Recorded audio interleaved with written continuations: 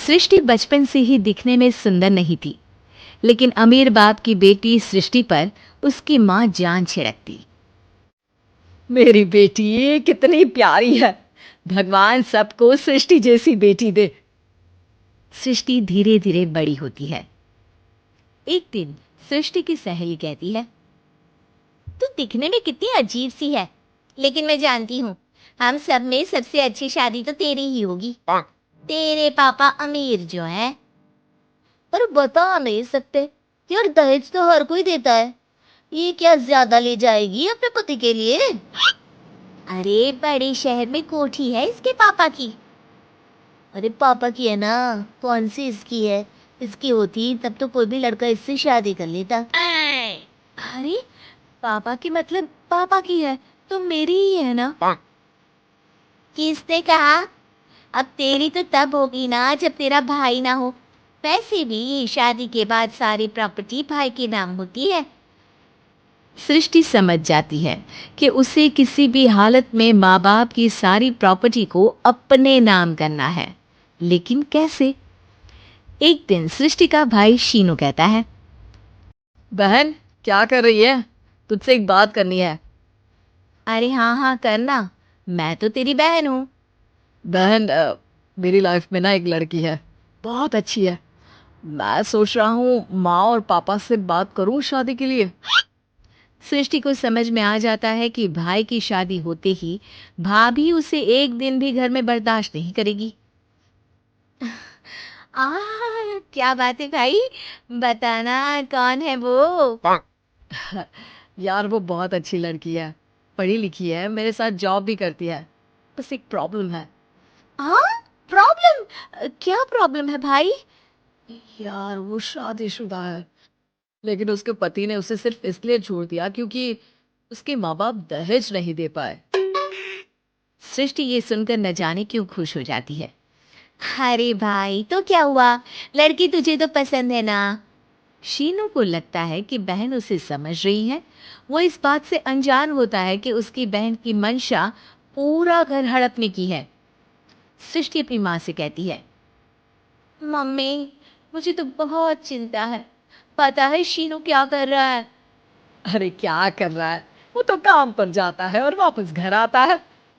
नहीं ना माँ, वो यही तो नहीं कर रहा, बाकी सब कर रहा है। आपको पता है उससे प्यार है, और वो भी एक शादीशुदा लड़की से। ये क्या हो गया? मैं सोसाइटी में क्या मुंह दिखाऊंगी? अरे तेरे पापा तो यही कहेंगे कि मैंने ही उसे बिगाड़ दिया है। हाँ देखो, मेरी बात मानो, पापा पर भी विश्वास करने की जरूरत नहीं है। अब आप ही बताओ, पापा इतनी देर घर के बाहर रहते हैं क्यों, बोलो? अरे बेटा वो तो नौकरी करते हैं ना। तू बहुत भोली है माँ। पापा का ऑफिस तो 7 बजे खत्म हो जाता है, लेकिन देखो कितनी देर से आते हैं। अरे नहीं नहीं बेटा, ऐसी कोई बात नहीं है। सृष्टि माँ को एक औरत से बात करते पिता की फोटो दिखाती है।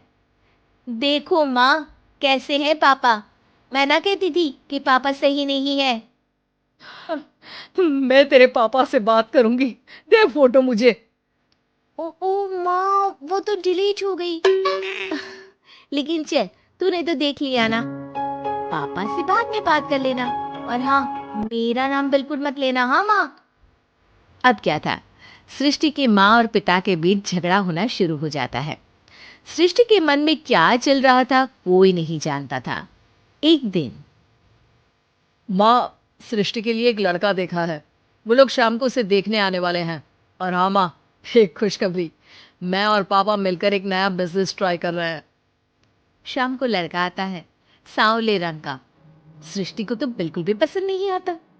लड़की की माँ कहती है, लड़की का चेहरा तो कोई खास नहीं, लेकिन अगर मेरे बेटे को आप लोग सेटल कर दे तो मैं उसकी शादी आपकी बेटी से करवा दूं। सृष्टि को लड़का बिल्कुल पसंद नहीं था। उसे भाई पर गुस्सा आ जाता है। लड़के वालों के जाने के बाद कहती है, माँ देखा, शीनू मेरे लिए कैसा लड़का लेकर आया, न दिखाने लायक न सुनने लायक, सेटल भी नहीं तो भी हम करें। अरे माँ, मैं जानती हूँ ये मेरी शादी किसी भी घर में क्यों करवाना चाहता है। अरे कैसी बात कर रही है बहन? तूने तो देखा ना, लड़के को मैंने ही मना कर दिया तुझसे शादी के लिए। जिसने लड़का बताया था उसने उसकी बहुत तारीफ की थी। बात आई गई हो जाती है, लेकिन सृष्टि का मन शांत नहीं होता। क्या करूँ, कुछ समझ में नहीं आ रहा। मेरी शादी हो गई तो ये लोग पूरी प्रॉपर्टी शीनू के नाम कर देंगे। मेरे हाथ तो कुछ लगेगा ही नहीं। तभी सृष्टि को आइडिया आता है। वो किसी वकील को फोन करती है। जी देखिए, अगर आपके मम्मी पापा का तलाक हो जाता है तो आपके पिता की आधी प्रॉपर्टी आपकी माँ के नाम हो जाएगी। फिर उसे वो किसी को भी दे सकती है। सृष्टि अब माँ को बेटे के खिलाफ करती है। माँ, शीनू पर नजर रखा करो। वो जिस लड़की के प्यार में है ना, वो शादीशुदा है।